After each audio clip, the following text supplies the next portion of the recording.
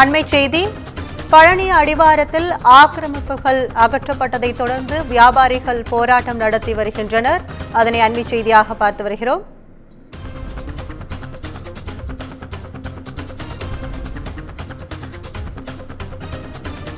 பழனி அடிவார பகுதியில் ஆக்கிரமிப்புகள் அகற்றப்பட்டதை எதிர்த்து வியாபாரிகள் போராட்டம் நடத்தி வருகின்றனர். கூடுதல் விவரங்களை செய்தியாளர் வசந்த் வழங்க கேட்கலாம். வணக்கம் வசந்த், கூடுதல் விவரங்கள்.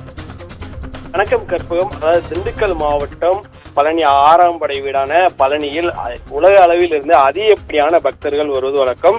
இந்த பழனி தண்டாயுதபாணி சுவாமி கோயிலில் கீழ் உள்பட்ட அந்த பகுதியில் இருக்க அடிவார கிரிவல பாதை உள்ளது. இந்த சன்னதி பாதை உள்ளிட்ட ஐயம்புலி சாலை என்ற அந்த இதை நம்பி அதை சுற்றி உள்ள பகுதியில் உள்ள கடைகளில் பக்தர்கள் இருப்பதாக சொல்லுவாங்க. இதுல திருத்தாண்ட சபையேஸ்வரர் ராதாகிருஷ்ணன் என்பவர் உயர்நீதிமன்றத்தில் ஒரு வழக்கு ஒன்று கொடுத்திருந்தார்.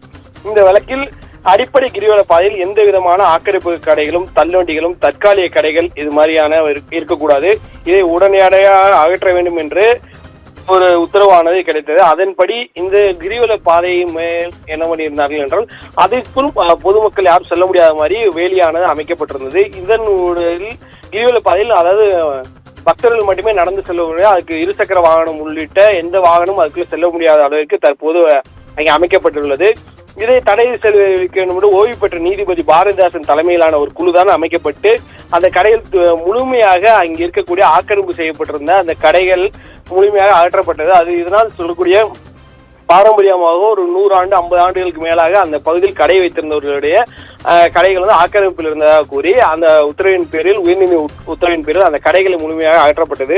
இதனால் 5000க்கு மேற்பட்ட சாலையோர வியாபாரிகள் மற்றும் கடை வியாபாரிகள், சிறு குறு வியாபாரிகள் என பலர் பேர் இதனால் இந்த முழுமையாக அந்த டூரிஸ்ட் என்று சொல்லக்கூடிய அந்த பக்தர்கள் அந்த ஆன்மீகத்தில் இருக்கக்கூடிய ஒருவரை நம்பியிருந்த இவர் முழுமையாக இவர்களுடைய பாதிப்பானது ஏற்பட்டு இவருக்கு மாற்று ஏற்பாடுகள் எதுவுமே செய்யப்படாமல் உடனடியாக அந்த இருக்கக்கூடிய பல வருடங்களா இருக்கக்கூடிய அந்த வியாபாரிகள் கடையிலிருந்து இது திடீரென்று அகற்றியதால் இவர்களுக்கு வாழ்வாதாரம் முழுமையாக இல்லை என்று அவர்கள் தொடர்ச்சியாக பல்வேறு போராட்டத்தை வெளியிட்டனர். முன்னால் பார்க்க வேண்டும் என்றால் தமிழ் மாநாடு அப்பவே அந்த மாநாட்டுக்கு நடைபெறுவதற்கு முன்பாகவே அங்கு பாஜக உள்ளிட்ட அங்கே இருக்கக்கூடிய நிர்வாகிகள் அனைவரும் ஒன்று சேர்ந்து ஒரு குழு அமைத்து, வாட்ஸ்அப் குழு அமைத்து அங்கிருந்து ஒரு போராட்டத்தை அறிவித்தனர். கருப்பு கொடி கட்டுவதாக உள்ளிட்ட பல்வேறு போராட்டத்தை அறிவித்திருந்தனர்.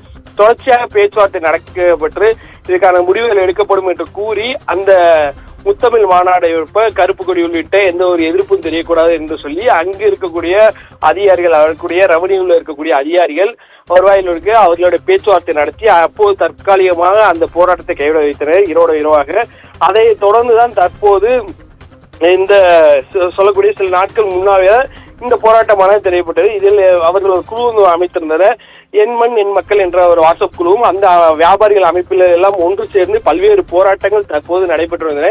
இந்த போராட்டத்தின் அடுத்த கட்டமாக பல்வேறு வகையில் போராட்டம் நடத்தி எந்த ஒரு தீர்வும் இல்லாததால் இதற்கு அடுத்த கட்ட நிலைமையாக தற்போது இங்க இருக்கக்கூடிய அந்த சாலையோர இருக்கக்கூடிய வியாபாரிகள் அனைவரும் ஒன்று சேர்ந்து திண்டுக்கல் ஆட்சியர் அலுவலகத்தில் தங்களது ஆவணங்களை, அதாவது சொல்லக்கூடிய ஆதார் கார்டு, ரேஷன் கார்டு, அவர்கள் வைத்திருக்கக்கூடிய அரசு இருக்கக்கூடிய அரசு ஆவணங்களை ஒப்படைக்கும் போராட்டத்தை தற்போது நடைபெற்று வருகின்றன. இந்த போராட்டத்தில் ஒரு 300க்கும் மேற்பட்டோர் தற்போது அந்த ஆட்சியர் அலுவலகம் எதிரே உள்ள அமர்ந்து தற்போது போராட்டம் நடத்தி வருகின்றனர்.